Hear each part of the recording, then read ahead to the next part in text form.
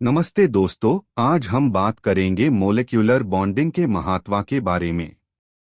ये topic chemistry की दुनिया में बहुत हाई इम्पोर्टेंट है और हम इसके बारे में डिटेल में जानेंगे। मोलेक्यूलर बॉन्डिंग एक ऐसा टॉपिक है जो हमें समझता है कि एटॉम्स कैसे एक दूसरे से जुड़ते हैं और मोलिक्यूल्स बनते हैं। ये बॉन्डिंग हमारी डेली लाइफ में भी देखने को मिलता है, जैसे कि पानी में ऑक्सीजन और हाइड्रोजन का बॉन्डिंग। इस एपिसोड में हम मोलेक्यूलर बॉन्डिंग के बारे में और इसके टाइप्स के बारे में जानेंगे। मोलेक्यूलर बॉन्डिंग एक केमिकल प्रोसेस है जिसमें दो या ज्यादा एटॉम्स एक दूसरे से जुड़ते हैं और एक मोलेक्यूल बनते हैं। ये बॉन्डिंग एटॉम्स के बीच की अट्रैक्शन के कारण होता है, जिसमें इलेक्ट्रॉन्स का एक्सचेंज होता है। मोलेक्यूलर बॉन्डिंग के जरिए हम पानी, ऑक्सीजन और नाइट्रोजन जैसे मोलिक्यूल्स को बनते हैं।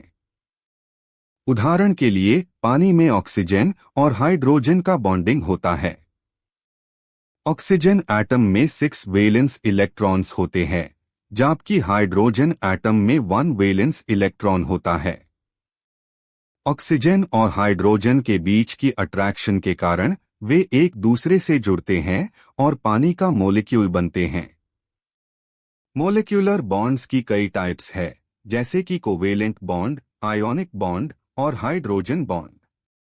कोवेलेंट बॉन्ड में एटॉम्स इलेक्ट्रॉन्स का एक्सचेंज करते हैं और एक दूसरे से जुड़ते हैं।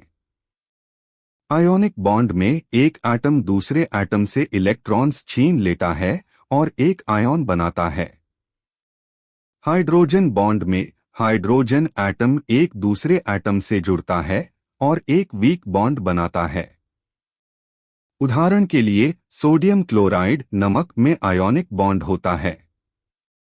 सोडियम एटम में 1 वैलेंस इलेक्ट्रॉन होता है, जबकि क्लोरीन एटम में 7 वैलेंस इलेक्ट्रॉन्स होते हैं।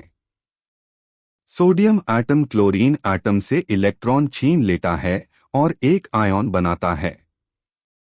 मोलेक्यूलर बॉन्डिंग की महत्ता हमारी डेली लाइफ में बहुत ही ज्यादा है। ये बॉन्डिंग हमें समझता है कि कैसे मोलिक्यूल्स बनते हैं और कैसे वे हमारी जरूरत को पूरा करते हैं। मोलेक्यूलर बॉन्डिंग की महत्ता के कारण हम पानी, ऑक्सीजन और नाइट्रोजन जैसे मोलिक्यूल्स को बनते हैं, जो हमारी सर्वाइवल के लिए जरूरी है। उदाहरण के लिए पानी की मोलेक्यूलर बॉन्डिंग के कारण हम पानी को पीते हैं और अपने शरीर को हाइड्रेट करते हैं। ऑक्सीजन की मोलेक्यूलर बॉन्डिंग के कारण हम ऑक्सीजन को सांस लेते हैं और अपने शरीर को ऑक्सीजन प्रोवाइड करते हैं। तो दोस्तों, अगर आपको ये एपिसोड पसंद आया है तो प्लीज लाइक करें, सब्सक्राइब करें और अगले एपिसोड के लिए वेट करें। हम आपको फिर मिलेंगे एक नए टॉपिक के साथ।